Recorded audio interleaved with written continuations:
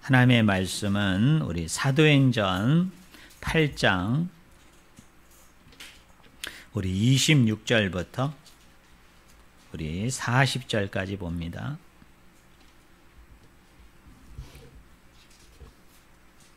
제가 가지고 있는 성경책은 신약성경 200쪽 우리 사도행전 8장 우리 26절부터 40절까지 제가 읽어드립니다. 주의 사자가 빌립에게 말하여 이르되 일어나서 남쪽으로 향하여 예루살렘에서 가사로 내려가는 길까지 가라 하니 그 길은 광야라. 일어나 가서 보니 에디오피아 사람 곧 에디오피아 여왕 간다게의 모든 국고를 맡은 관리인 네시가 예배하러 예루살렘에 왔다가 돌아가는데 수레를 타고 선지자 이사야의 글을 읽더라. 성령이 빌립더러 이르시되 이 수레로 가까이 나아가라 하시거늘 빌립이 달려가서 선지자 이사야의 글 읽는 것을 듣고 말하되 읽는 것을 깨닫느냐. 대답하되 지도해 주는 사람이 없으니 어찌 깨달을 수 있느냐 하고 빌립을 정하여 수레에 올라 같이 앉으라 하니라. 읽는 성경 구절은 이것이니 일렀으되 그가 도살자에게로 가는 양과 같이 끌려갔고 털 깎는 자 앞에 있는 어린 양이 조용함같이 그의 입을 열지 아니하였도다. 그가 굴욕을 당했을 때 공정한 재판도 받지 못하였으니 누가 그의 세대를 말하리요. 그의 생명이 땅에서 빼앗김이로다 하였거늘 그 네시가 빌립에게 말하되 청컨대 내가 묻노니 선지자가 이 말한 것이 누구를 가리킴이냐 자기를 가리킴이냐 타인을 가리킴이냐. 빌립이 입을 열어 이 글에서 시작하여 예수를 가르쳐 복음을 전하니 길 가다가 물 있는 곳에 이르러 그 네시가 말하되 보라 물이 있으니 내가 세례를 받음에 무슨 거리낌이 있느냐. 이에 명하여 수레를 멈추고 빌립과 네시가 둘 다 물에 내려가 빌립이 세례를 베풀고 둘이 물에서 올라올새 주의 영이 빌립을 이끌어 간지라. 네시는 기쁘게 길을 가므로 그를 다시 보지 못하니라. 빌립은 아수도에 나타나 여러 성을 지나다니며 복음을 전하고 가이사랴에 이르니라. 아멘. 오늘 읽은 본문 말씀을 가지고 우리의 선교지는 어디인가 라는 제목으로 같이 하나님의 말씀을 우리가 나누기를 원합니다. 오늘 본문 말씀을 보면 전도자 빌립이 등장하고 있고요. 그리고 광야에 에디오피아 사람 네시 한 사람이 등장하고 있습니다. 이 에디오피아 사람은 본문 말씀 27절에 나오는 것처럼 에디오피아 여왕 간다게의 모든 국고를 맡은 관리인 네시다 이렇게 말합니다. 그러니까 오늘날로 얘기한다면 재무부 장관 정도 해당되는 아주 높은 고위 관리직이었습니다. 근데 이 사람이 예루살렘에 오늘 본문에는 예배하러 올라왔다 그렇게 말씀해 주고 있습니다. 순수하게 순전하게 하나님께 예배하고 싶어서 또 이스라엘의 성전에 와가지고 아버지 앞에 제사하고 예배하고 싶은 마음으로 이렇게 순례객으로 예루살렘을 방문했는지 아니면 에디오피아와 이스라엘 사이에 이제 그 정치적으로 외교적으로 뭔가 방문할 일이 있었고 그 방문한 일을 통해서 이왕이면 이곳에 왔으니까 성전에 가서 하나님을 예배했으면 좋겠다, 제사했으면 좋겠다 해서 성전을 방문하고 다시 고국으로 돌아가는지는 모릅니다만 확실한 것은 뭡니까? 이 내무부 장관에 해당되는 이 에티오피아, 오늘날로 얘기하면 여러분 아프리카 지역의 수단이라는 나라 아시죠? 그 나라를 이야기합니다. 그러니까 그 사람이 이제 예루살렘에서 예배하다가 이제 그 자기 나라를 가기 위해서 이제 광야에 있었던 것이죠. 근데 오늘 본문을 가만히 보니까 이 빌립이 이 에디오피아 내시에게 복음을 전해서 이 에디오피아 내시가 세례를 받고 이제 구원을 받습니다. 그리고 전설에 의하면 이 에디오피아 내시가 자기 고국에 들어가서 복음을 전해가지고 많은 교회들을 세웠다고 그래요. 또 많은 영혼들을 출소하는 일에 귀한 전도자로 쓰임받았다라고 이야기합니다. 그런데 이 일련의 사건에서 이 모든 것을 사실은 주관하고 주도하는 것은 누구예요? 전도자 빌립도 아니었고, 그죠? 그렇다고 에디오피아 내시가 이 모든 상황을 주도하고 주관하면서 전도자를 불렀고, 그리고 그 전도자로 하여금 복음을 얘기하라고 얘기했고, 자기가 그 복음을 듣는 와중에 가슴에 뜨거움이 있어가지고 세례를 받고 싶은 그런 강한 어떤 열망이 일어나가지고 나에게 세례를 베풀라. 그래서 이 모든 일련의 일들이 에디오피아 내시가 주도하고 주관하는 것으로 이루어지지 않고, 이 모든 일을 주도해 나가는 분은 누굽니까? 성령 하나님인 것을 성경은 이곳저곳에서 계속 강조하고 있습니다. 여러분 26절과 27절에 보면 사마리아 성에 내려가서 열심히 복음을 전하고 있던 그 빌립을 갑자기 하나님이 들어서 광야로 가라고 얘기하시잖아요. 근데 그 광야로 가라고 얘기할 때 누가 지시합니까? 누가 명령합니까? 바로 성령께서 이 빌립으로 하여금 그 광야로 나가라, 그렇게 명령을 하고 있습니다. 또 29절 말씀해 보니까 그 광야로 빌립이 가보니까 저 멀리에 수레 행렬이 있는 거예요. 물론 오늘 본문을 보면 에디오피아 내시 한 사람만 등장하기 때문에 이 한 사람만 수레를 타고 가는 것이라고 그렇게 생각할 수가 없는 게, 이분의 직업이 뭐라고요? 국고를 맡은 자? 재무부 장관이죠. 여러분 상당히 높은 고위직이죠. 그러다 보니까 그를 수행하고 또 그와 함께 이런 업무라든지 일을 추진하는 여러 사람들과, 그리고 수고하고 애쓰는 여러 종이나 노예들을 우리가 감안하면 그 행렬이 수십 명은 됐을 거다. 어떤 의미에서 100여 명이 넘는 사람들이 그 기나긴 행렬을 여러분 이루었을 거라고 우리가 능히 짐작을 하죠. 근데 빌립이 이제 성령의 인도를 따라 명령에 순종하는 마음으로 광야에 갔더니 저 멀리에 그 내시의 행렬이 보이는 거예요. 그 국고를 맡은 이 고위 관리직의 행렬이 보이는 겁니다. 그때 성령이 다시 나타나셔서 이 빌립에게 명령을 하잖아요. 뭐예요? 수레에 가까이 가서 그를 보라는 거죠. 그를 만나라는 거죠. 그리고 39절 말씀해 보니까 마침내 이 빌립이 내시에게 여러분 물에 내려가 가지고 세례 침례를 행하고 난 이후에 하나님께서 어떻게 해요? 하나님이 강제적으로 이 빌립을 내시 앞에서, 내시가 보는 앞에서 여러분 사라지게 만드는 그 일을 또 이 빌립에게 시켰을 때 빌립이 어떻게 합니까? 그 성령의 지시에 따라서, 명령에 따라서 갑자기 내시의 눈앞에서 금방 옮겨버리는, 그 눈길에서 사라지는 일을 하는데, 그것도 누가 하는 거예요? 성령이 주도적으로 이 역할을 수행하고 있는 것을 우리가 알 수 있어요.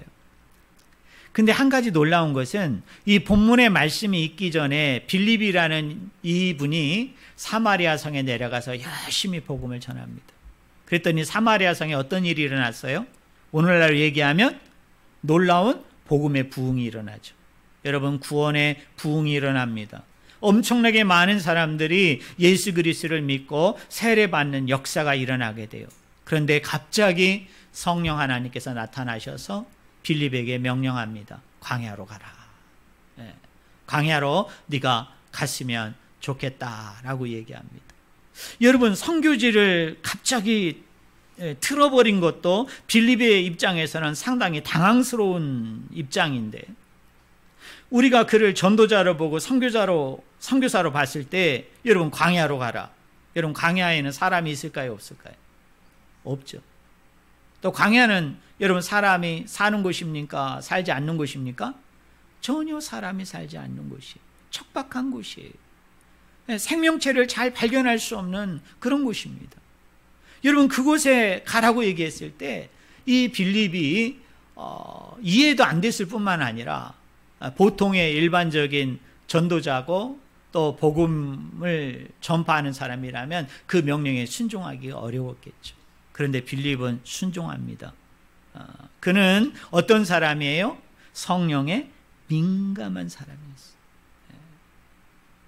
성령의 그 음성을 들을 뿐만 아니라 그 성령의 음성을 그가 듣게 되어졌을 때 그 안에는, 그의 내면에는 어떤 주저함도 없어요. 어떤 두려움도, 어떤 놀라움도 없습니다. 오늘 대표적인 본문이 27절입니다. 여러분, 27절 거기 초반절에 보세요.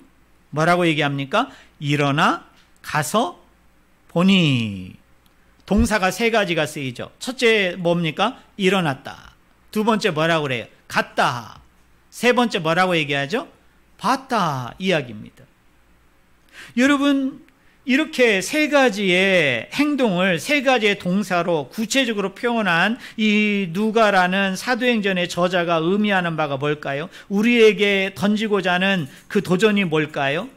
빌립은 워낙 성령에 민감한 사람이기 때문에 성령이 무엇을 지시하고 성령이 무엇을 명령하고 성령이 무엇을 하게 했을 때 그는 주저하지 아니하고 두려워하지 아니하고 머뭇거리지 아니하고 어떻게 했다는 거예요? 즉각적으로 순종했던 사람. 여러분, 즉각적으로 결단했던 사람이에요. 갑자기 사마리아 성에서 열심히 복음을 잘 전해가지고 많은 영혼들을 추수했음에도 불구하고 하나님이 갑자기 그것을 떠나라는 거예요. 떠나는 것까지는 이해가 잘 안 되지만 그래도 순종할 수 있죠. 복종할 수 있죠. 그런데 어디로 가라? 광야로 가라. 아니, 광야에는 사람이 없는데. 난 전도자고 난 선교사이기 때문에 사람을 만나서 복음을 전하는 것이 그게 내 소명이요 내 사명인데 왜 나를 갑자기 광야로 인도하는가? 의아할 수 있어요. 주저하고 머뭇거릴 수 있어요. 그런데 우리가 이 사도행전 8장을 보면 이 명령 앞에서 그는 전혀 머뭇거리지 않아요. 전혀 주저하지 않아요. 그리고 광야에서 뭡니까? 긴 수레 행렬을 속에 있는 에디오피아 내시 재무부 장관에 해당되는 한 사람을 발견하고 하나님이 그 수레 가까이로 다가가라고 얘기해요. 나아가라고 얘기해요. 여러분, 우리 한번 상상을 해보실래요? 이 수레가 빌립이 딱 발견했을 때 멈춰 있었을까요? 예를 들자면 뭐 오아시스를 발견한다든지 아니면 기나긴 행렬이니까 우리 잠깐 이곳에 정착하자, 쉬자. 그래서 여러분, 그 사람들이 쉬고 있는 와중에 빌립이 발견하고 빌립이 그곳으로 간 것 같지는 않아요. 오늘 말씀에도 그거를 이야기하고 있습니다. 여러분, 거기 30절에 보세요. 빌립이 뭐 했다고 얘기합니까? 달려가서 라고 얘기해요. 왜 달려가야 되죠? 그 수레도 달려가고 있는 거예요. 여러분, 그 수레를 낙타가 끌고 있는지 아니면 뭐 당나귀가 끌고 있는지 어떤 동물이 끌고 있는지는 모르지만 지금 예루살렘에서 에디오피아 그 수단 쪽을 향해서 지금 그 수레가 달려가고 있는 거예요. 그럼 빌립이 그 수레를 잡으려면 걸어가면 안 되죠. 지체하거나 머뭇거리거나 주저하면 안 되는 거예요. 그러니까 빌립이 성령에 워낙 민감한 사람이기 때문에 성령이 그에게 얘기하는 거예요. 그 수레 가까이 가라. 그 수레로 네가 갔으면 좋겠다. 그러니까 이 빌립이 취한 행동이 뭐냐면 그 수레를 향해서 달려 내려간 거죠. 제가 예전에 그 탕자의 비유를 통해서 여러분에게 잠깐 언급을 했습니다만 유대인들은 달립니까? 안 달립니까? 유대인들은 안 달려요. 아무리 자기가 바쁘고 아무리 자기가 다급한 일을 만나더라도 유대인들은 달리지 않아요. 그것은 뭐예요? 되게 경솔한 거로 생각합니다. 되게 그거는 좀 교양 없는 사람들, 좀 못 배운 사람들, 뭔가 좀 매너 없는 행동이라고 생각을 하는 거예요. 내가 만약에 저곳으로 달려간다라고 여겼을 때 주변에 있는 사람들도 그렇게 보지만 나 스스로도 그건 내 체면을 상당히 구기는 행동이기 때문에 유대인들은 어지간하면 그게 정말 급박하고 긴박한 일이 아니면 절대로 유대인들은 달리지 않는다고 그래요. 그런데 오늘 빌립은 어때요? 성령의 명령이 떨어지자마자, 성령의 지시가 떨어지자마자 자기의 체면이고 뭐고 가리지 않는 거죠. 뭡니까? 성령이 가라 했고 그 사람을 만나라 했기 때문에 어떻게 해야 됩니까? 적극적으로 자기의 체면을 구기면서까지 그 수레를 향해 달려가고 있는 그 빌립의 모습을 우리는 성경을 통해서 살펴볼 수 있습니다. 결국 이 빌립이 이렇게 성령에 민감하고 그리고 그 성령이 뭘 지시하고 명령하든 간에 그렇게 즉각적으로 순종하고 복종하다 보니까 나타난 결론은 뭐죠? 그 에디오피아 내시를 어떻게 해요? 여러분 말씀을 증거하고 복음을 전함을 통하여 그 영혼을 구원한 것을 우리는 하나님 말씀을 통해서 알 수 있습니다. 여러분 사도행전 10장에 보면 이 베드로 사도가 고넬료 가정을 여러분 구원하고 그죠? 고넬료의 그 온 집안을 구원하는 그 일련의 이야기도 가만히 들여다보면 처음에 베드로가 꿈을 꾸는 와중에 보자기가 3번 오르락 내리락 했잖아요. 그 보자기 위에 뭐가 있는 거예요. 그래서 저게 뭘까 하고 들여다보니까 여러분 레위기의 정결법에 나오는 부정한 음식, 부정한 고기가 있는 거예요. 그때 하나님이 명령합니다. 이것을 먹으라. 그러니까 베드로가 어떻게 합니까? 내가 그걸 먹을 수 없다. 난 먹지 않겠다. 왜요? 이스라엘의 정결법에서 얘기하는 부정한 음식, 부정한 고기가 있는 거예요. 그래서 1번 거부하고 2번 거부하고 그렇지만 3번째 그렇게 반복적으로 하나님께서 계속 그를 강권하자 나중에 베드로가 그것을 깨닫게 되는 거죠. 그 부정한 음식, 부정한 고기는 장차 내가 구원하고자 하는, 구원해야 되는 고넬료 가정인데 그 가정이 어떤 가정이에요? 이방인 가정이에요. 당시 유대인들은 이방인을 어느 정도로 취급했습니까? 몸을 파는 여자들보다도 더 못한, 더러운 사람. 전혀 구원과 구속할 만한 어떤 가치나 의미를 부여할 수 없는 아주 그 부정직한 사람, 부정한 사람으로 취급했기 때문에 가까이 하지 않았어요. 상종하거나 거래하지 않았어요. 그들에게 뭔가 복음을 얘기하고 말씀을 전함을 통하여 그 영혼을 구원하고 그 영혼을 구원하는 일에 있어서 그 머리 가운데 성령이 기름 붓듯 임한다는 것은 상상할 수 없는 그 당시에 사람들이 가지고 있는 일반적이고 보통적인 생각이었는데 하나님이 그 보자기 세계 사건을 통해서 베드로로 하여금 그가 가졌던 이 잘못된 세계관, 그가 가지고 있었던 잘못된 가치관, 잘못된 믿음과 신앙관을 한꺼번에 허물어뜨리고 그 성령의 소리에 그가 민감하게 그것을 받아들일 때 그에게 보였던 반응이 뭐예요? 즉각적으로 순종함을 통해 고넬료 가정에 가보니까 어떻게 됐어요? 그곳에서 복음을 전함을 통하여 고넬료 가정을 다 인도하게 되는 이런 놀라운 역사가 일어난 거죠. 여러분 또 하나 사건이 있죠. 사도행전 16장을 보면 바울이 소아시아, 아시아 지역에서 열심히 복음을 전했어요. 그래서 교회를 세우고 또 많은 영혼을 구원하고 또 많은 지도자들을 세워서 계속 그곳 안에서 이제 순례 여행을 다니는 거죠. 선교 여행을 다니는데 하나님이 갑자기 여러분 바울에게 나타나서 뭐라고 얘기했어요? 이제 소아시아 지역은 그만. 이제 어디로 가라고요? 마게도냐로 가라. 오늘날로 얘기하면 유럽으로 가서 그 유럽 지역에 있는 사람들에게 복음을 증거하라. 그럼 바울이 어떻게 했습니까?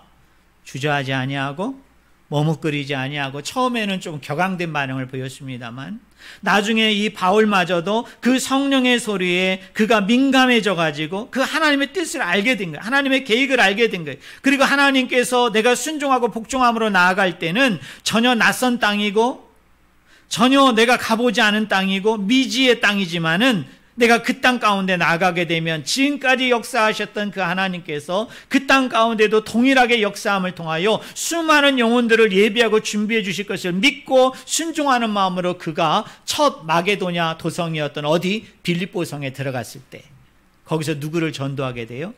자주장사 루디아와 그리고 빌립보 간수장과 그의 가족을 구원하게 되는 놀라운 역사가 일어나게 된 거죠. 자, 사도행전에서 여러분 18장과 10장과 16장에서 쉽게 얘기하면 빌립과 베드로와 바울을 통해서 하나님이 우리에게 던져주고자 하는 공통된 메시지는 뭐죠? 우리가 누군가에게 복음을 전한다고 할 때 복음 전도자가 가져야 되는 가장 중요한 조건 중에 하나가 뭐예요? 성령의 소리에 뭐 해야 된다? 민감해야 된다.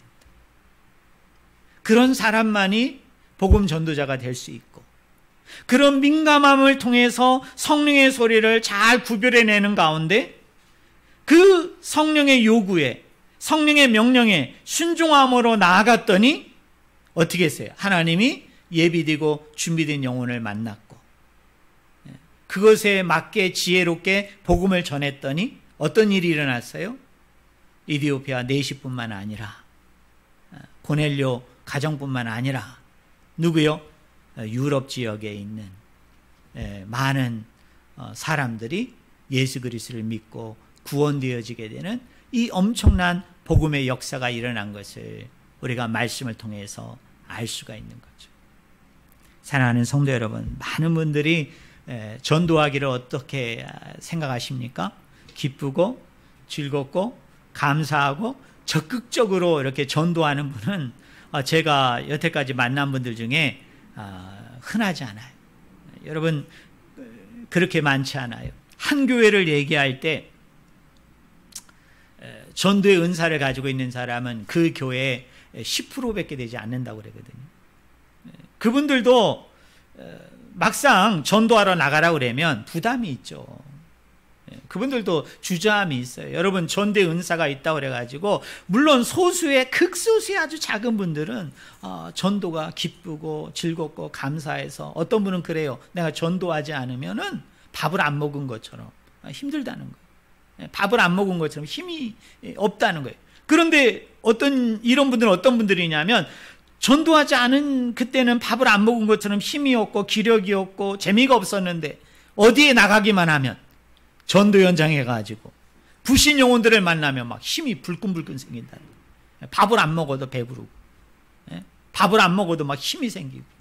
뭐 어떤 분은 뭐 그런 얘기해요. 전도하러 나가기 전에는 막 삭신이 쑤시고 이곳저곳이 다 아팠는데 자기가 전도를 해서 나가다 보니까 어떻게 해요? 막 몸이 뜨거워지면서 내 마음이 뜨거워지면서 언제 내가 아팠느냐는 듯이 청년처럼 그렇게 뛰어다니면서 복음을 전했다. 제가 그런 간증도 들었어요. 그렇지만 그건 극히 작은 소수이죠. 대부분의 성도님들은 전도하기를 어떻게 생각해요? 주저하죠. 부담스러워해요. 여기에는 몇 가지 이유가 있어요. 왜 많은 분들이 전도하기를 주저하고 두려워합니까? 첫째로는 내가 막상 나가서 전도하려고 하는데 전도할 방법을 모르겠다는 거예요. 그죠? 내가 방법은 아는데 결정적으로 내가 이분에게 복음을 얘기해야 되는데 말씀을 얘기해야 되는데 내가 설득력 있게 논리력 있게 내가 이 사람에게 복음을 효과적으로 잘 전할 자신이 없다는 거예요. 두 번째로는 막연한 두려움이죠. 뭡니까? 괜히 전했다가 상대방이 그걸 수용하고 받아들이면 감사하고 기쁜데 우리의 두려움 중에 뭐가 있어요? 그 거부에 대한 그 두려움이 있는 거죠. 거부에 대한 주저함이 있는 거죠. 내가 열심히 이야기를 했는데 들어주는 것도 감사한데 듣고 나서 그걸 거부한다든지 아니면 아예 들으려 하지 않고 거부를 당했을 때 어때요? 그런 두려움이 있는 거예요. 주저함이 있는 거예요. 그래서 많은 분들이 전도하기를 주저했다는 거예요. 제가 직접 들은 얘기는 아니고 어떤 전도자가 간증을 하면서 들은 이야기인데요.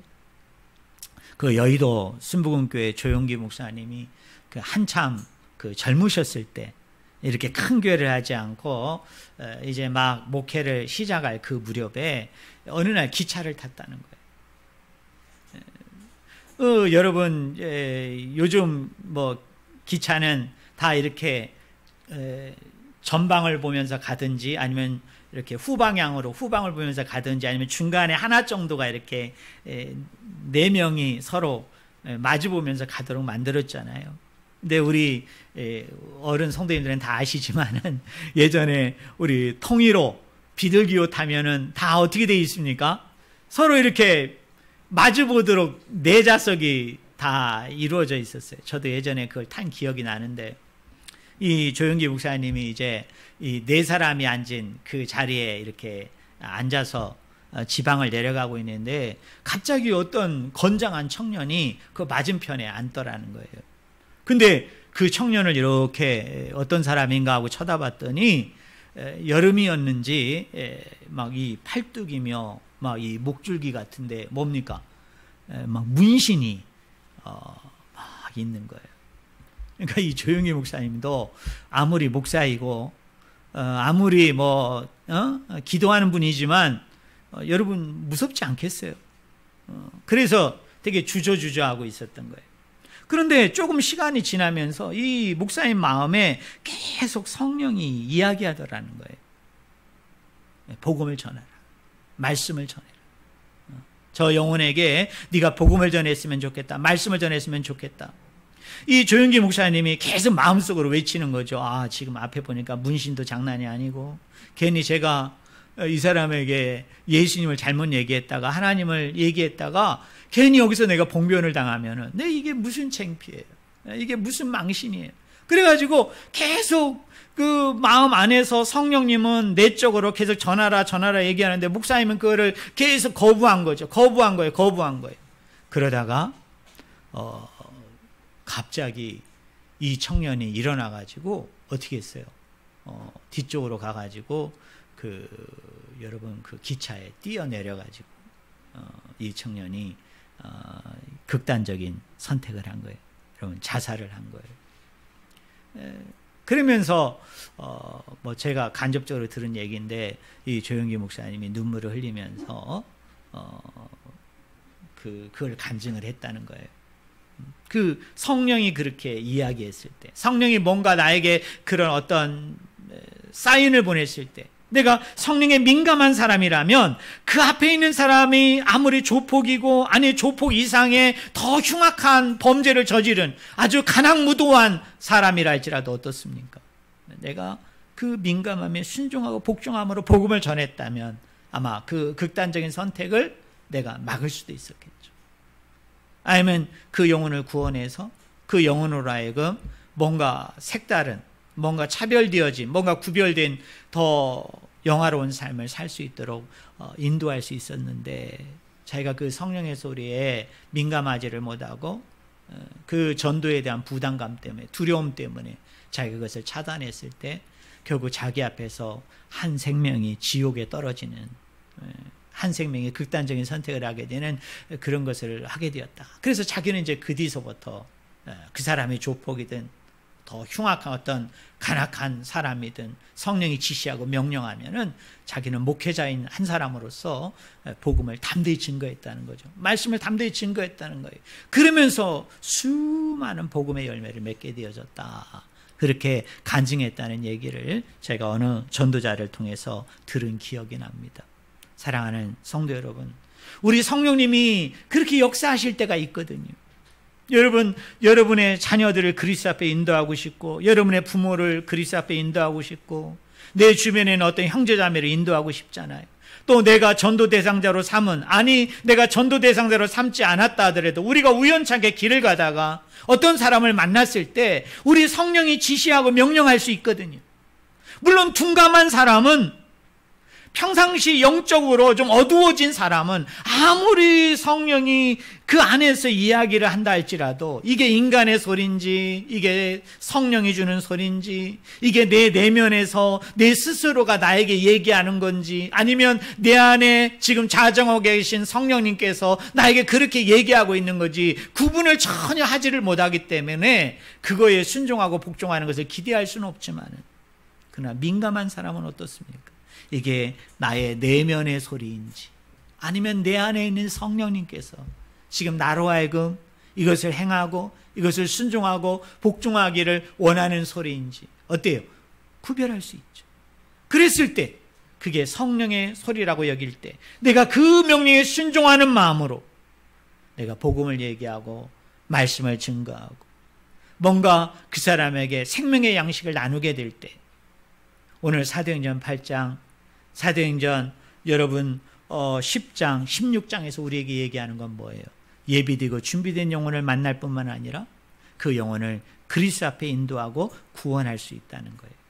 저는 우리 성도님들에게 간절히 부탁을 드립니다. 우리 모든 성도님들은 다 성령의 소리에 민감한 역사가 오늘 저와 여러분들 가운데 넘치기를 주님의 이름으로 간절히 축원을 드립니다. 또 오늘 본문 말씀에서 우리가 한 가지 중요한 사실을 또 하나 발견할 수 있어요. 여러분 오늘 본문 말씀 30절 31절을 제가 읽어드릴게요. 빌립이 달려가서 선지자 이사야의 글 읽는 것을 듣고 말하되 읽는 것을 깨닫느냐 대답하되 지도해 주는 사람이 없으니 어찌 깨달을 수 있느냐 하고 빌립을 청하여 수레에 올라 같이 앉으라 하니라. 읽은 성경 구절은 이것이니 일러스되라고 얘기합니다. 참 하나님은 신묘막측하십니다. 빌립이 성령의 소리에 민감해가지고 그죠? 그 광야에 갔어요. 근데 그 광야에서 하나님이 예비되고 준비된 영혼을 만날지 이 빌립이 어찌 알았겠어요? 명령에 순종하는 마음으로 광야에 갔더니 거기 예비되고 준비된 영혼이 있었던 거예요. 근데 그 예비되고 준비된 영혼이 누구였습니까? 이디오피아 내시였어요. 근데 더더욱 놀라운 건 뭡니까? 여러분 영혼은 준비됐는데 하나님이 그냥 무작정 너 저 영혼에게 가서 복음을 전해라 말씀을 전하라 그러면 저 같아도 여러분 같아도 주저함이 있을 거예요. 또 거기서도 두려움이 있을 거예요. 하나님이 만나게 해주셨고 하나님이 그런 만남을 성사시켜 주었음에도 불구하고 우리 그 자리에 가면은 하나님이 예비되고 준비된 영혼이니까 그래 복음을 전해야지 말씀을 전해야지 그래서 대뜸 입을 벌려가지고 담대하게 전하는 영혼이 아까보다는 많겠지만 저는 그렇게 많다고 여겨지지는 않거든요. 여전히 두려움이 있죠. 예비된 영혼을 만났지만 준비된 영혼을 만났는데 내가 이 영혼에게 어떻게 복음을 전해야 돼요? 여러분 어떻게 말씀을 전해야 돼요?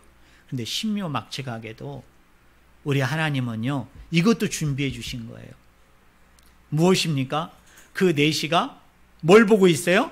성경을 펼쳐가지고 여러분 그 밑에 각주를 보시면 나와 있지만 이사야 53장 7절 말씀을 읽고 있는 거예요. 그래서 이 빌립이 그 수레에 가까이 가가지고 물은 거죠. 네가 지금 그 이사야 53장에 거기 나와 있는 말씀을 읽는 것 같은데 네가 이거를 읽고 지금 깨닫고 있느냐? 이 말씀이 무슨 뜻인지 네가 알고 있느냐? 그랬더니 이 이디오피아 내시가 빌립에게 이야기합니다. 내가 이 말씀을 읽는데 궁금한 게 있다. 도대체 여기에서 이야기하고 있는 이 한 사람, 이 사람이 도대체 누구냐? 나에게 알려줬으면 좋겠다. 그러니까 빌립이 이게 절호의 찬스잖아요. 절호의 기회잖아요. 그러면서 뭐라고 얘기합니까? 이 이사야 53장 7절에서 예언한 이 한 사람이 누구라고요? 예수 그리스도임을 얘기하면서 거기서 십자가를 얘기하고 부활 사건을 얘기하면서 복음을 용이하게 전함을 통해서 그 영혼이 이제 하나님을 만나게 되는 여러분 믿음을 가지게 되는 그 놀라운 일을 이 빌립이라는 사람이 경험하게 되는 거죠. 그런데 우리가 여기서 한 가지 저는 여러분에게 좀 다른 각도에서 이 말씀을 한번 같이 들여다봤으면 좋겠어요. 여러분, 내시가 뭐죠? 내시는 남자에게 고환이 있잖아요. 그 고환이 상한 사람을 우리가 죄송합니다, 고자라고 그러죠. 고자. 여러분, 이 내시는 자의적은 아니지만 타의적으로 그 고환이 상한 자죠. 그죠? 여러분, 고자입니다. 그리고 이 이디오피아 내시는 유대인입니까? 이방인입니까? 이방인이에요. 저는 이 누가복음을 기록한 누가도 사실은 유대인이 아니에요. 유대인 공동체에 속한 사람이 아닙니다. 이 누가복음을 기록한 누가 자신도 뭐였냐면 이방인이었어요. 그런 의미에서 이 사도행전 8장에 나오는 이 이디오피아 내시라는 사람과 이 누가복음을 기록한 누가라는 저자와 관련성이 있어요. 근데 이게 우연의 일치가 아니고요. 우리가 읽지는 않았습니다만 이 사도행전 7장에 보면 여러분 그 스데반 집사가 유대인들을 모아놓고 복음을 전하는데 그 유대인들이 격분해가지고 어떻게 합니까? 여러분 돌을 던져가지고 여러분 스데반이 이제 순교하는 역사가 일어나죠. 그래서 예루살렘에 대대적인 박해가 일어나가지고 이제 유대인 공동체를 떠나서 사람들이 이제 곳곳에 흩어져서 이제 뭘 전하게 돼요? 복음, 말씀을 전하게 돼요. 근데 그 첫 이방인 열매가 누구일까요? 오늘 본문 말씀에 나오는 이 이디오피아 내시가 그 첫 열매예요. 그 첫 열매가 바로 이방인이었고, 근데 이방인이었는데 누구라고요? 고환이 상한 누구예요? 내시입니다. 두 글자로 얘기하면 고자예요. 우리가 이사야서를 보면요, 특별히 이사야서 56장에 보면 거기에 이런 문제들이 불거지기 시작해요. 어떤 문제냐면 이사야 56장은 이스라엘 백성이 바벨론에 포로로 끌려가가지고 이제 그 포로 생활을 하다가 바벨론 나라가 어느 나라에 의해서 멸망을 당하죠? 메데 바사 왕국, 페르시아 왕국에 의해서 그 나라가 멸망을 당해요. 근데 이제 페르시아는 바벨론 사람들과 다르게 어떤 정책을 쓰게 되어지느냐면 이 바벨론 사람들은 민족 이주 정책을 썼어요. 민족 이주 정책이 뭐냐면 내가 정복한 나라를 완전히 와해시키려면 이곳에 있는 사람들을 다 뿔뿔이 흩어놔야 된다고 생각한 거예요. 그래서 어떻게 하느냐면 부모와 자식을 다 찢어버렸어요. 형제와 형제들을 다 찢어버리고요, 그 이스라엘 백성들이 가지고 있는 어떤 공동체들을 다 허물고 깨부셨어요. 그래서 어떤 사람은 이 나라로 포로로 끌려가고, 어떤 사람은 이 사람을 포로로 끌려가고, 어떤 사람은 본토에 남겨가지고 이 사람들을 산산이 다 흩어버렸어요. 그 정책을 써야만이 이 나라를 영원히 지배할 수 있다라고 생각을 한 거예요. 근데 페르시아는 달랐습니다. 자기들이 이제 정작 바벨론을 멸망시키고 나서 보니까 바벨론이 왜 멸망을 했을까? 이 강대국이었던 바벨론이 왜 우리와의 전쟁에서 왜 허물어졌을까? 사실은 페르시아가 바벨론보다 군사적으로 우위에 있기 때문이 아니었어요.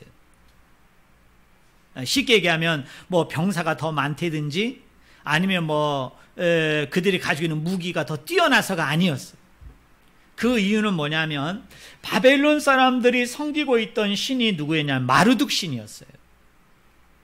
그런데 이 바벨론이 그 바벨론의 나라에 말년에 갔을 때 이 왕들이 마르둑 신을 어떻게 했느냐 하면 소외시하고, 마르둑 신을 섬기기는 섬겼지만 그 신을 주신으로 삼지를 않고 이 바벨론이 말년에 어떻게 했느냐면 주변 나라의 다른 신들 중에 좀 내가 좀 주신으로 모실 수 있는 몇 개의 신을 데리고 와가지고 마르둑도 섬기지만 두세 개의 몇 개의 신을 여러분 더 섬기게 되어진 거예요. 여러분, 그러니까 여러분, 바벨론 사람들, 이 국민들은 원래 누구를 섬겼어요? 마르둑 신을 섬기고, 그 마르둑 신이 지금 우리나라를 이렇게 부유하고 부강하고 안전하게 지킨다고 생각을 했는데, 지금 이 왕이 있는 이 왕과 그 주변에 있는 관료들은 마르둑 신을 자꾸 외부의 신으로 돌리고, 주변에 있는 이방 신들을 데리고 와서 그 사람들을 주신으로 만들어가지고 마르둑 신과 버금가는 존재로 올려놓은 상태에서 그 신을 막 섬기다 보니까 국민들이 그 왕에 대해서, 그 관료들에 대해서 신임했을까요? 불신임했을까요? 이런 불신임하게 된 거예요. 일부는 지금 마치 우리나라와 똑같은 거예요. 지금 국론이 분열된 거죠. 왕 쪽에 붙어 있는 사람들은 어떻습니까? 그래도 왕이 다 이유가 있고 무슨 계기가 있어가지고 마르둑 신을 섬기지 않고 주변에는 잡다한 신을 섬기는 거야. 그래도 우리는 왕을 따라야 돼. 관료들을 따라야 돼. 근데 이 당시에 대다수의 많은 국민들은 어떻게 마르둑 신을 외면할 수 있어? 어떻게 이 신을 이렇게 경외시할 수 있어? 그러면서 뭐가 생긴 거예요? 불만이 일어난 거예요. 그러면서 어떻게 됩니까? 국론이 분열된 거예요. 많은 역사학자들은 이야기합니다. 한 나라가 흥망성쇠는 뭘로 나타난다고요? 여러분, 이 국론 분열에 의해서 내부적으로 모든 나라가 망하는 거지, 외부의 침입에 의해서 나라가 망하는 거는 극히 드물다는 거예요. 거의 없는 거예요. 내부적으로 뭔가 문제가 생기고 틈이 생긴 걸 외부의 세력들이 그 틈을 헤집고 들어와서 그 나라를 망가뜨린 거죠. 그러니까 페르시아의 왕이, 첫 번째 왕이 고레스 왕인데요, 이 고레스 왕이 왕이 되다 보니까 어때요? 이렇게 정책을 하면 안 되겠구나. 그래서 어떻게 됐느냐 하면 이 사람들은 민족 이주 정책을 쓰지 않고 민족 융화 정책을 쓴 거예요. 융화 정책. 그것은 뭐냐면, 우리나라에 포로로 끌려온 사람들이 이스라엘 사람뿐만 아니라 다양한 나라 사람들이 와 있었거든요. 그럼 이 사람들에게 불만을 좀 없애고 국론을 좀 분열시키지 않고 하나로 통합할 수 있는 좋은 방법이 있죠. 그게 뭡니까? 지금 바벨론이 어떻게 했다고요? 자기들이 섬기는 주신을 제끼고 다른 신을 섬기라고 몇 개의 신을 만들어서 강제로 이 사람들을 억지로 시키니까 국론이 분열됐으니까 페르시아 사람들이 쓴 정책은 뭐예요? 니네가 섬기는 신을 뭐 해도 된다? 섬겨라. 우리는 앞으로, 우리 정부는, 우리나라는 어떤 신도 강요하지 않겠다. 내가 왕이기 때문에 내가 섬기는 신을 너희들도 섬겨라. 이렇게 얘기하지 않겠다. 자, 모든 신은 다 같으니까, 그리고 모든 신은 다 동일하니까 니네가 섬기고 싶은 신을 다 섬기라고 그런 거예요. 그러니까 이스라엘 사람들은 누구를 섬겨요? 야훼, 여호와를 섬기잖아요. 그러니까 이 사람들이 어떻게 했느냐 하면, 야, 여호와 섬겨! 야훼 섬겨! 근데 여러분, 우리가 느헤미야나 여러분 에스더서 보면은 에스더와 느헤미야가 뭐라고 얘기하죠? 우리가 여호와를 섬기기 위해서, 예배하기 위해서 어디에 가고 싶다고요? 예루살렘에 가서 뭐를 복원하겠다고요? 내가 성전을 다시 복원하고 싶다. 여러분, 이게 바벨론 왕국에서는 이게 말이 돼요, 안 돼요?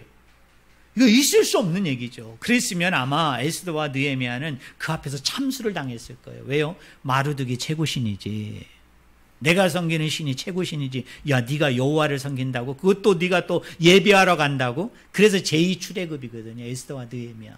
여러분, 모세가 바로에게 가가지고, 여러분, 이스라엘 백성을 내가 가나안에 데리고 가겠다, 광야로 가겠다고 얘기할 때 왜 내가 얘들을 구출해야 된다고요? 이 사람들을 뭐하게 하기 위해서? 광야에서 내가 예배하게 하기 위해서 내가 이 백성을 데리고 갔으면 좋겠다.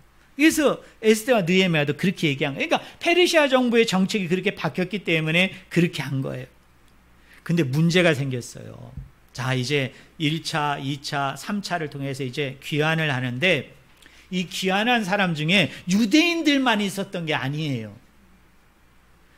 여러분, 이 귀환하는 사람들 중에는 누구도 있었느냐 하면 이방인들도 있었어요.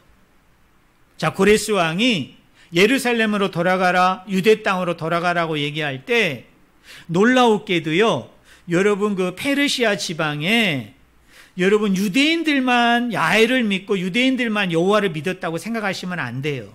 이 사람들도 암암리에 말로서도 전할 수 있고 뭐죠? 삶으로도 전할 수 있는 거죠. 그리고 또 그 사람들 중에는 이 유대인들과 어떻게 한 사람도 있어요? 결혼한 사람도 있겠죠. 아내는 유대인이지만 남편은 이방인 사람도 있죠. 또 남편은 유대인이지만 아내는 이방인 사람이 있어요. 그죠? 그래서 다수의 이방인들도 그 귀한 행렬에 있었다고요. 또 하나 중요한 건 뭐냐면 그 귀환한 사람 중에는 몸이 성한 사람만 있는 게 아니고 자의적이든 타의적이든 어떤 사람이 있었어요? 몸이 상한 사람 중에 어떤 사람이 있어요? 병 걸린 사람들 중에 고환이 상한 사람들이 있었던 거예요. 쉽게 얘기하면 고자들도 있었다는 거예요. 그런데 신명기 23장 1절부터 3절에 보면은 이 모세를 통해서 하나님이 첫 번째 주신 명령 중에 뭐가 있느냐 하면 예루살렘 공동체, 예루살렘 총회에 들어오지 못하는 사람들이 있어요. 그 사람들 중에 대표적인 사람이 누구냐면 이방인은 못 들어요. 유대인 공동체에. 그러니까 유대인 공동체에 못 들은다는 얘기는 성전 제사에 같이 할 수 있다 없다? 같이 할 수 없어요. 성전에 못 들어요. 그래서 성전에는 뭐가 있어요? 이방인의 뜰이 있고 여인의 뜰이 있는 거예요. 어디에? 예? 여러분 지성소 밖에, 성소 밖에. 이 사람들은 그 안에 못 들어가요. 그 경계 안에 못 들어가요. 그러니까 이 사람들은 어디서 예배해야 됩니까? 이방인들이 중에 유대교를 믿는 사람이 있었다고 해요. 하나님을 믿는 사람들이 있었는데 자기들도 예배하고 싶고 자기들도 제사 드리고 싶은데 이방인이라는 이유 때문에 그 안에 못 들어가니까 이방인의 뜰을 따로 만들어 놓은 거고 여인의 뜰도 왜 만들어 놓은 거예요? 여인들도 못 들어가는 거예요. 그러니까 여인들을 위한 배려 차원에서 성전 밖에다가 여인의 뜰을 또 만들어서 그곳에서 예배하고 찬송하도록 만들었는데 신명기 23장 1절부터 3절에 보면은 거기에 모세 율법 규정에 이런 말이 있어요. 이방인이나 누구도 고환이 상한 사람, 고자는 예루살렘 총회에 들어갈 수 없다. 성전에 출입할 수 없다. 자, 그러면 페르시아에 의해서 귀환한 사람들 중에 누가 있었다고요? 이방인이 있었고 또 누구가 있었어요? 고환이 상한 사람들이 있었어요. 그래서 이게 문제가 되기 시작한 거예요. 뭐냐면 이 사람들을 어떻게 해요?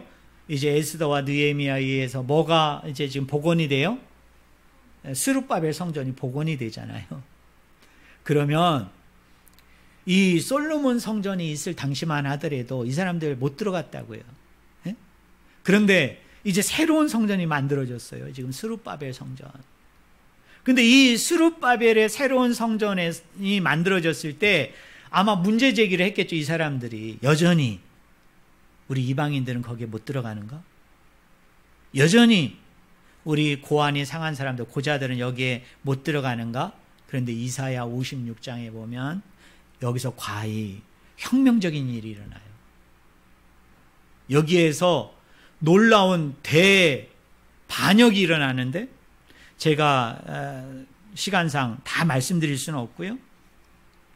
이사야 56장에서 파격적인 말을 합니다. 뭐라고 얘기하면 이렇게 얘기하는 거예요. 유대인 공동체에 들어가는 것은 몸의 부족함이나 혈통이 아니라 본인 스스로의 선택에 의해서 뭐 할 수도 있고 들어갈 수도 있고 들어가지 않을 수도 있다는 거예요. 쉽게 얘기하면 내가 이방인이고 내가 고환이 상한 사람이에요. 근데 이 사람이 이방인이라는 이유만으로 유대인 공동체에 들어오게 하지 않아서는 안 된다는 거예요. 고환이 상했다는 그 몸의 상태로 그 사람의 성전의 출입을 막아서는 안 된다는 거예요. 이제부터는 과거에는 어땠는지 모르지만은 이제부터는 어떻게 돼요? 본인의 선택의 여부에 따라서 성전에 들을 수도 있고 들어오지 않을 수도 있어요. 근데 들어가는 것만 얘기하면 과히 혁명적이지 아닌데요. 여기에 또 몇 가지 더 추가했어요. 뭐냐면 성전에서 봉사도 할 수 있다. 성전에서 뭐 할 수도 있다? 섬길 수도 있다. 여러분, 성전에서 섬기는 사람은 딱 두 종류죠. 누굽니까? 레위인과 누구 자손이죠? 여러분, 갈렙의 후손들만이, 그죠? 갈렙의 후손들만이 그곳에 들어갈 수 있잖아요. 그런데 이사야 56장에서는 뭐라고 얘기하느냐 하면 이들도 그렇게 섬길 수 있다는, 쉽게 얘기하면 그들도 제사장이 될 수 있다, 그렇게 얘기합니다. 그리고 이사야 66장 18절부터 19절에 보면은 이사야가 예언을 해요. 이제는 이방인 선교를 위해서 어떻게 해요? 이방인들 중에 하나님이 선교사를 뽑아가지고 그들로 하여금 하나님의 영광을 선포하고 하나님의 영광을 드러내는 일을 하게 되어질 것이다. 여러분, 이제 감을 잡으셨습니까? 오늘 사도행전 8장에 나오는 이 이디오피아 내시가 이 모든 것을 다 충족하는 거예요. 자, 세 가지로 충족하죠. 첫째로는 뭡니까? 그는 이방인이었고 그는 고안이 상한 자예요. 신명기 여러분 23장의 말에 의하면 이 사람은 유대인 공동체에 들을 수 있어요? 없어요? 없어요. 그런데 이 사람을 누가 만났어요? 빌립이 만났어요. 그 빌립이 그에게 복음을 전해요. 그죠? 그리고 나서 이 사람이 빌립에게 요구하잖아요. 나에게 뭘 달라? 세례를 달라, 세례. 그랬더니 빌립이 주저하지 않고 물에 내려가가지고 어떻게 합니까? 그에게 세례를 줘요. 자, 세례라는 게 뭐죠? 여러분, 교회에서 여러분에게 세례를 주는 것 중에 몇 가지 큰 이유 중에 하나가 뭐예요? 공동체의 일원이 되는 거예요, 여러분. 그 공동체의 일원으로서 내가 속했다는 그 의미가 뭐예요? 내가 세례받는 거예요. 결국 빌립이 이방인이면서 고안이 상한 이 내시에게 복음을 전할 뿐만 아니라 그에게 세례를 주었다는 것은 이사야 56장에서 이사야가 얘기했던 그 모델로서, 그 신뢰로서 모든 것을 다 담아서 표현하고 있는 사람이 누굽니까? 이 이디오피아 여러분 내시예요. 근데 더 충격적이고 놀라운 건 그 다음이에요. 여러분, 이 이디오피아 내시가 예루살렘에 왜 갔죠? 예배하러 갔다고 그랬잖아요. 근데 이 이디오피아 내시가 예루살렘에서 예배할 때는 하나님을 만났어요? 못 만났어요? 쉽게 얘기하면 못 만났어요. 예수님이 어떤 분인지를 알았어요? 몰랐어요? 몰랐어요. 그런데 지금 어디입니까? 광야예요. 지금 광야는 이 사람이 지금 서 있는 뭡니까? 자리예요. 그곳에서 빌립을 통해서 말씀을 풀어줄 때에 이 사람이 거기서 하나님을 만나요. 예수님을 알게 돼요. 그리고 그 사람이 세례를 받았다는 이야기는 뭐죠? 이 사람이 여기서 구원을 체험해요. 이 사람이 여기서 중생한 거예요. 이 사람이 여기서 거듭난 거예요. 결론적으로 하나님의 회심이, 하나님을 향한 회심이 성전에서 일어나지를 않고 어디서 일어났어요? 그 사람이 있는 그 삶의 자리. 그게 어디예요? 광야에서 일어난 거예요. 이것이 이 본문이 주는 정말 놀라운 교훈이에요. 자, 우리가 섬기는 삶의 자리가 있잖아요. 그게 가정일 수도 있고, 그게 직장일 수도 있고, 그게 학교일 수도 있고, 그게 교회일 수도 있어요. 근데 중요한 건 뭐죠? 하나님께서는 여러분 한 사람 한 사람을 어디에?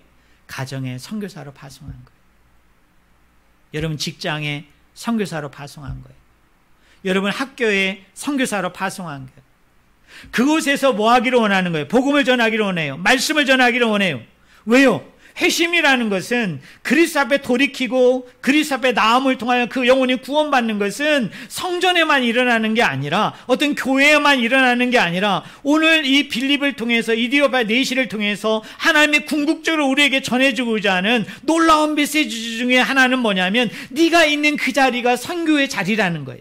그 자리가 바로 하나님의 영광을 담아내고 하나님의 영광을 드러낼 수 있는 그런 자리예요. 그 구원의 자리예요. 그 구원받을 영혼을 위해서 내가 너를 가정에 파송했고 직장에 파송했고 그 있는 자리가 어떤 곳이든 내가 그곳에 선교사를 파송했기 때문에 너희는 그 있는 자리에서 성령의 소리에 민감함을 통하여 그 영혼이 어떤 영혼이든 그 환경이 어떤 환경이든 그곳에서 복음을 전함을 통하여 많은 영혼들을 주께로 인도할 그 소명 가운데, 그 부르심 가운데 오늘 저와 여러분을 세우셨다는 것을 꼭 믿으시기를 주님의 이름으로 간절히 축원을 드립니다.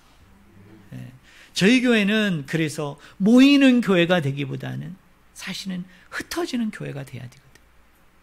저는 우리 성도님들이 교회에 와가지고 열심히 봉사하고 충성하고 이곳에 모여 열심히 예배하고 친교하고 나누는 거 좋아요. 그렇지만 저는 이것보다 더 좋은 게 뭔 줄 아세요? 여러분이 있는 가정 안에서, 여러분이 있는 직장 안에서, 학교 안에서 이 삶의 자리가 바로 교회고, 이 삶의 자리가 바로 선교의 자리고, 그리고 이 선교와 전도의 자리에 하나님이 나를 선교사로 파송한 거예요. 그리고 그곳에서 만나고 관계하는 사람들이 누구예요? 내가 품어야 될, 내가 구원해야 될, 내가 주께로 인도해야 될 영혼들이에요. 그래서 어떻게 하든지 내가 이 사람들에게 복음을 담아내야 되고 어떻게 하든지 내가 이 사람들에게 그리스도의 영광을 선포하고 드러내 보여야 되는 거예요.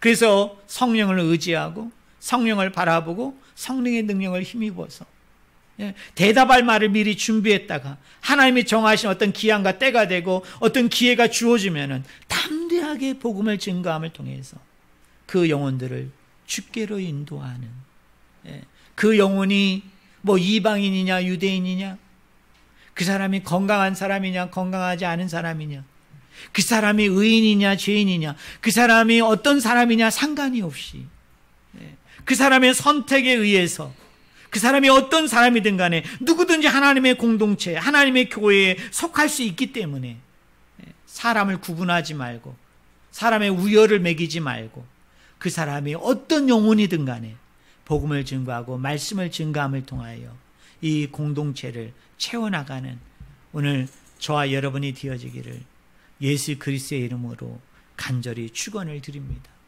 저는 우리 성도님들이 마지막으로 얘기합니다. 늘 이런 생각을 하셨으면 좋겠어요. 왜 하나님이 나를 이 남자와 이 여자와 만나게 해서 이렇게 아내와 남편이 되게 하고, 왜 나를 통해서 이렇게 자녀들을 낳게 하고, 또 우리 아버지들을 통해서 왜 이런 형제와 자매들을 만들었는가?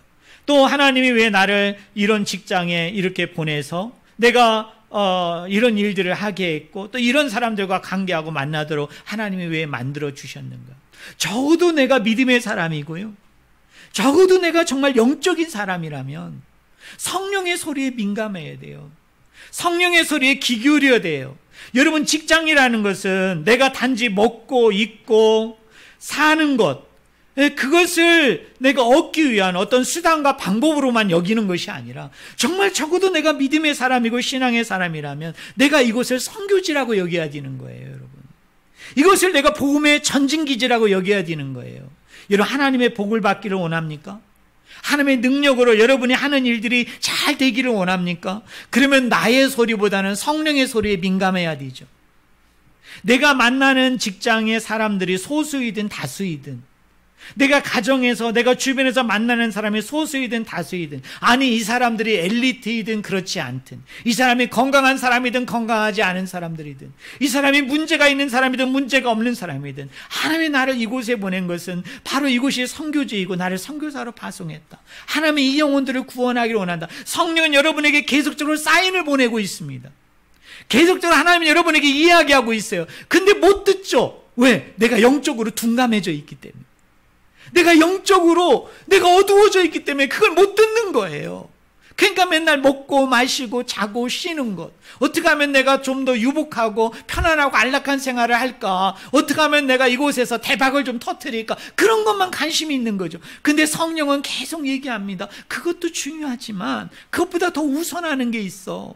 내가 너를 이곳에 선교사로 보냈고 이곳이 선교지야. 이 영혼들에게 뭔가 구별되고 뭔가 차별된 삶을 통해서 이 영혼들을 부끄럽게 만들어야 돼. 이 영혼을 주께로 인도해야 돼. 그러려면 어떻게 돼? 하나님의 영광을 드러내고 하나님의 은혜를 드러냄을 통해서 네가 그렇게 하면 내가 나머지는 채워줄게. 내가 나머지는 내가 다 있도록 만들어줄게. 그게 예수님의 산상수훈에 나오는 말씀이죠. 그의 나라와 그의 의를 구하라. 그러면 내가 이 모든 것을 더하리라. 무엇을 먹을까? 무엇을 마실까? 무엇을 입을까? 염려하고 두려워하지 마라. 그의 나라와 그의 의를 구하라. 그의 나라와 그의 의를 구하라는 말이 바로 그거예요. 내 있는 처소가 선교지예요. 하나님은 계속 여러분에게 성령을 통해서 말하세요. 전하라, 전하라. 내가 이 영혼을 네 손에 붙이기를 원한다. 내가 이 영혼을 인도하기 위해서 너를 이곳에 내가 있게 한 거야. 네가 잘나서도 아니야. 네가 특별하고 대단해서도 아니야. 네가 운이 좋아서도 아니고 네 인맥에 의해서 네가 이곳에 온 것도 아니야. 이 영혼들을 구원하기 위해서 내가 너를 인도했어. 여기서 하나님의 영광을 드러내고 나타내 보여봐. 그게 그의 의와 그의 나라를 구하는 건데, 그러면 내가 무엇을 먹을까? 무엇을 마실까? 무엇을 입을까? 내가 이 빵의 문제, 이 밥의 문제는 내가 해결해 준다. 여러분, 이게 복의 원리예요. 이게 축복의 원리인 거예요. 바로 오늘 본문 말씀이 그걸 얘기합니다. 고자이고 이방인이었던 넷이었지만 하나님은 그 영혼을 구원하기 위해서 누구를 붙여주셨어요? 필립이라는 사람을 붙여줬어요. 근데 이 두 사람이 만난 게 교회가 아니고 성전이 아니고 사람들이 하나도 없는, 사람들이 전혀 살 수 없는, 정말 상상조차도 하기 힘든 어디에서 만났어요? 광야 한복판에. 그래서 그곳에서 복음을 전하고 말씀을 전했더니 그 영혼이 구원되어지는, 그리고 그 영혼만 구원되는 게 아니라 전설에 의하면 이 사람이 에티오피아까지 내려가서 그 방백과 그 백성과 그 국가를 구원하는 놀라운 하나님의 영광을 드러내 보이는 귀한 역사가 나타났다는 거죠. 저는 오늘 설교 제목처럼 우리의 선교지는 어디인가? 교회입니까? 아니라고 그랬죠. 여러분 성전입니까? 예배당입니까? 아니에요. 여러분 가정이 선교지고, 여러분 직장이 선교지고, 여러분이 있는 그 삶의 자리가 선교지예요. 성령의 소리에 민감하시기를 바라고요. 여러분 성령의 소리에 귀 기울여서 그곳에서 선교사로서 많은 영혼들을 구원하고 주께로 인도하는 그런 귀한 은혜, 귀한 사랑, 그래서 그것으로 인해서 그 나머지도 다 채워지는 복된 여러분들이 되기를 주님의 이름으로 간절히 축원을 드립니다. 기도하겠습니다. 하나님 아버지, 우리는 선교하고 전도한다고 그러면 목사들이나 특별한 전도자들이나 또는 전문적인 신앙적인 체계적인 훈련을 받은 사람이나 아니면 신앙이 좋은 사람, 신앙이 아주 강한 사람들만 하는 것으로 여기고, 우리는 막연한 두려움과 주저함 때문에 입술도 제대로 벌리지 못하는 경우가 얼마나 많았는지 모릅니다. 우리의 가정이 선교지입니다. 우리의 직장이 선교지입니다. 우리가 머무는 학교가 선교지입니다. 성령님은 계속 우리에게 이야기합니다. 내가 그곳에 너를 보냈다. 내가 너를 그곳에서 선교사로 세웠다. 내가 너를 통해서 그 영혼들을 구원하고 주께로 인도하기를 원한다. 무엇을 입을까? 무엇을 먹을까? 무엇을 마실까? 염려하고 걱정하지 마라. 그의 나라와 그의 의를 구하라. 그러면 내가 이 모든 것을 다 더하여 주겠다라고 말합니다. 아버지 하나님, 내가 영적으로 어둡고 영적으로 무감각하고 영적으로 무디어져 이러한 성령의 음성, 성령의 소리를 전혀 듣지를 못하고 자꾸 외부에서 들리는 소리 때문에 우울해하고 좌절하고 염려하고 불안해하는 그런 사람은 아닙니까? 성령의 소리에 귀를 기울이게 하여 주시옵소서. 성령에 민감한 사람들이 되게 하여 주시옵소서. 그래서 성령님에 의해 순종하고 복종함을 통해 성령으로 말미암아 채워지는, 성령으로 말미암아 넘치도록 부어지는 큰 은혜와 능력과 권세 가운데 놓여지는 우리 모든 분들이 다 될 수 있도록 역사하여 주시옵소서. 이제는 우리 주 예수 그리스도의 은혜와 하나님 아버지의 무한하신 사랑과 성령님의